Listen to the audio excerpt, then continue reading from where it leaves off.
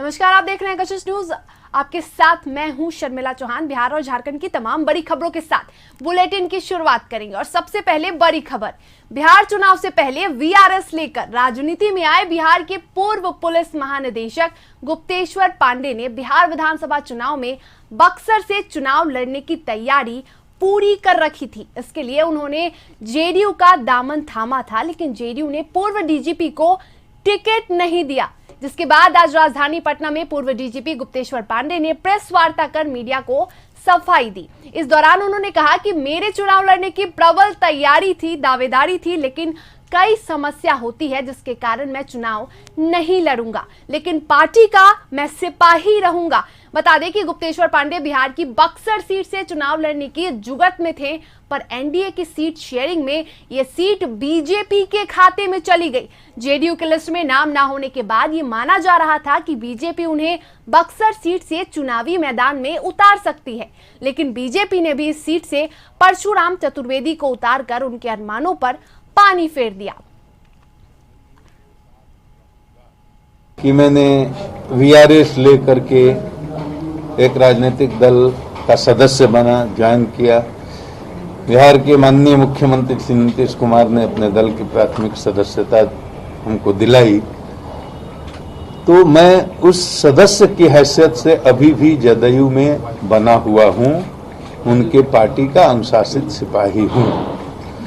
मेरे वीआरएस लेने और पार्टी की सदस्यता को लेने से उसको सीधे चुनाव से जोड़ करके देखना ठीक नहीं है। चुनाव लड़ने की संभावना थी, मैं हमेशा कहता रहा चुनाव में लड़ सकता था, किसी कारणवश ये समीकरण नहीं बैठा। राजनीति में बहुत सारी मजबूरियां होती हैं, तो मैं इस बार विधानसभा का चुनाव नहीं लड़ रहा हूं, लेकिन मैं एनडीए के साथ हूं, एनडीए के साथ रहूंगा।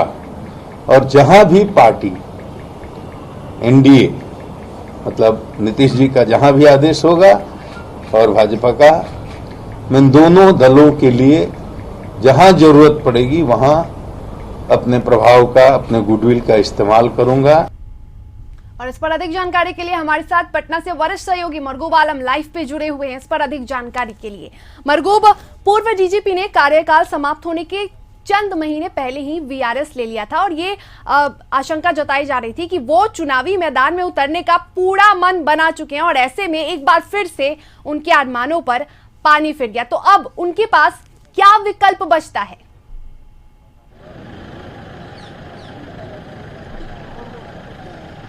देखिए, लगभग 3.5 घंटे के इंतजार के बाद आखिरकार सर पांडे जी जो पूर्व डीजीपी हैं बिहार के और अभी जदयू के कार्यकर्ता हैं, क्योंकि मैं कार्यकर्ता इसलिए कहूँगा कि उनको कोई पद नहीं मिला है, मीडिया से रूबरू हुए हैं। 3-4 पंचिंग पॉइंट हम आपको बता दें। मैं चुनाव नहीं लड़ूंगा। मैं चुनाव लड़ने आया था इंडियन पुलिस सर्विस की नौकरी छोड़ के।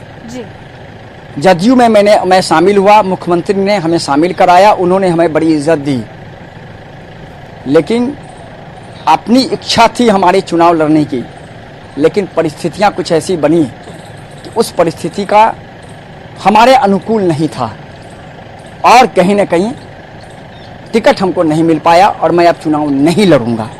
ये वर्ड बहुत पंचिंग वर्ड है, मैं अब चुनाव नहीं लड़ूंगा। इसका मतलब है कि उन्होंने इस पूरे संभावना को खारिज कर दिया कि वो लोजपा, आरएलएसपी, वीआईपी किसी अन्य पार्टी का टिकट लेकर के चुनाव लड़ने जाएंगे। दूसरा जो पंचिंग क्वेश्चन था वो ये था कि क्या आपको ठगा नहीं गया? क्योंकि आपको पता होगा एक बार और गुप्तेश्वर पांडे वीआरएस लेकर चुनाव लड़ने के लिए आए और फिर इंडियन पुलिस ज्वाइन कर लिए उन्होंने। इस बार भी वही हुआ। उन्होंने कहा कि मुझे कोई मुख्यमंत्री ने हमें नहीं ठगा, मैं ठगा महसूस नहीं कर रहा हूं और मुख्यमंत्री सुशासन के प्रतीक हैं और पार्टी का जो आदेश होगा, मैं अब एक राजनीतिक कार्यकर्ता हूं, मैं डीजीपी नहीं हूं, मैं पार्टी के आदेश पर चलूंगा। मुख्यमंत्री का जो आदेश होगा मैं वहां चुनाव प्रचार करूंगा। एनडीए के लिए मैं 24 घंटे अवेलेबल हूं और एनडीए के लिए काम करूंगा।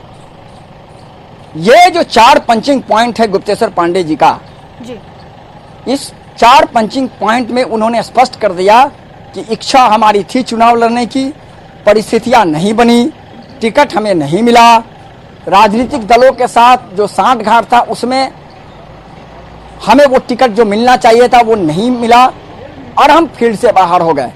लेकिन हम जदयू के हैं, एनडीए के लिए हम काम करेंगे, एनडीए के लिए हम चुनाव प्रचार करेंगे और हर स्तर पर अपनी पार्टी के लिए हम फील्ड में जाकर के अपनी पार्टी को जितना ज़्यादा सीट हो सके हम जिताने का प्रयास करेंगे। आपको पता होगा कि बक्सर से वो चुनाव लड़ने वाले थे, लेकिन वो सीट बीजेपी को चली गई और बीजेपी ने वहां से परशुराम चतुर्वेदी को टिकट दे दिया। तो यही समीकरण यहाँ गड़बड़ हो गया। उसके बाद वो सीट मटिहानी को जो थी, मटिहानी की सीट बोगो सिंह को चली गई, वो भी वरिष्ठ नेता हैं जदयू के। तो जो समीकरण बैठना था बक्सर में जेडीयू बीजेपी के बीच वो नहीं बैठ पाया। बीजेपी ने उस सीट छोड़ने से इनकार कर दिया सीधे, क्योंकि कई ऐसी सीटें थी जिन सीटों पर बीजेपी चाह रही थी चुनाव लड़ना, उसको जदयू ने इनकार कर दिया था। दोनों तरफ पैचअप हुआ और अंततः बीजेपी जदयू को कंप्रोमाइज करना पड़ा बक्सर की सीट पर और गुप्तेश्वर पांडे चुनावी रेस से बाहर हो गए।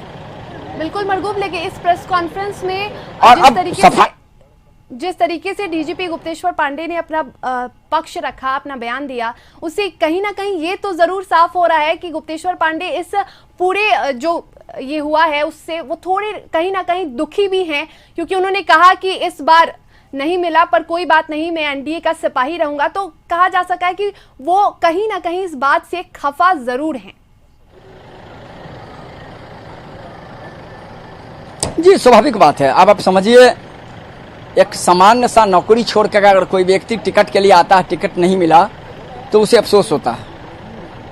लेकिन बिहार ऐसे राज्य का डीजीपी के पद को छोड़ने के बाद, और वो भी इलेक्शन से पहले, कितना बड़ा पद है आपको पता है? राज्य सरकार के 3 ही अंग होते हैं मुख्य रूप से, home secretary, chief secretary, DGP, home secretary,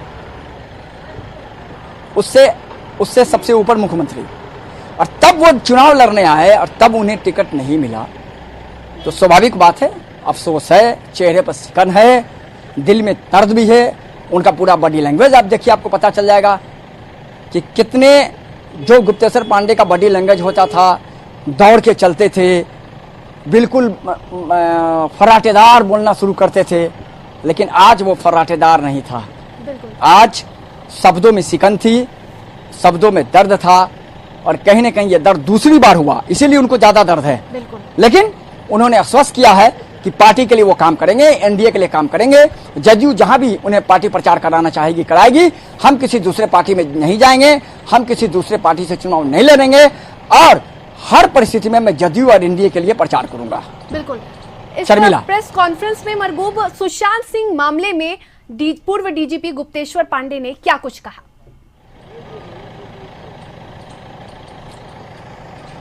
वो जो कहते आए हैं उन्होंने उनको रिपीट किया कि महाराष्ट्र सरकार का रवैया खराब था, महाराष्ट्र पुलिस का रवैया बहुत खराब था। शायद आज़ादी के बाद उन्होंने कहा कि भारत में यह पहला घटना होगा जहां के पुलिस को क्वारंटाइन कर दिया गया, जहां के पुलिस को कुर्सी नहीं दिया गया बैठने के लिए, जहां के पुलिस को गाड़ियां नहीं दी गई, उन्हें जबरदस्ती कैदी वैन में बैठा करके ले जाया गया। आज भी वो बहुत भड़के और कहा मैं डीजीपी था तो ये मेरा फर्ज था कि हम लड़ें और हम लड़ाई लड़े महाराष्ट्र सरकार से। कौन क्या बोलता है इसके बारे में हमें पता नहीं है। और महाराष्ट्र सरकार का रवैया बिल्कुल खराब रवैया था। बिल्कुल, पूर्व डीजीपी गुप्तेश्वर पांडे की इसमें अहम भूमिका रही है और इस पे उन्होंने फिर से एक बार अपना बयान दिया है कि पुलिस का रवैया खराब था। तमाम जानकारी के लिए आपका बहुत शुक्रिया मरगूब।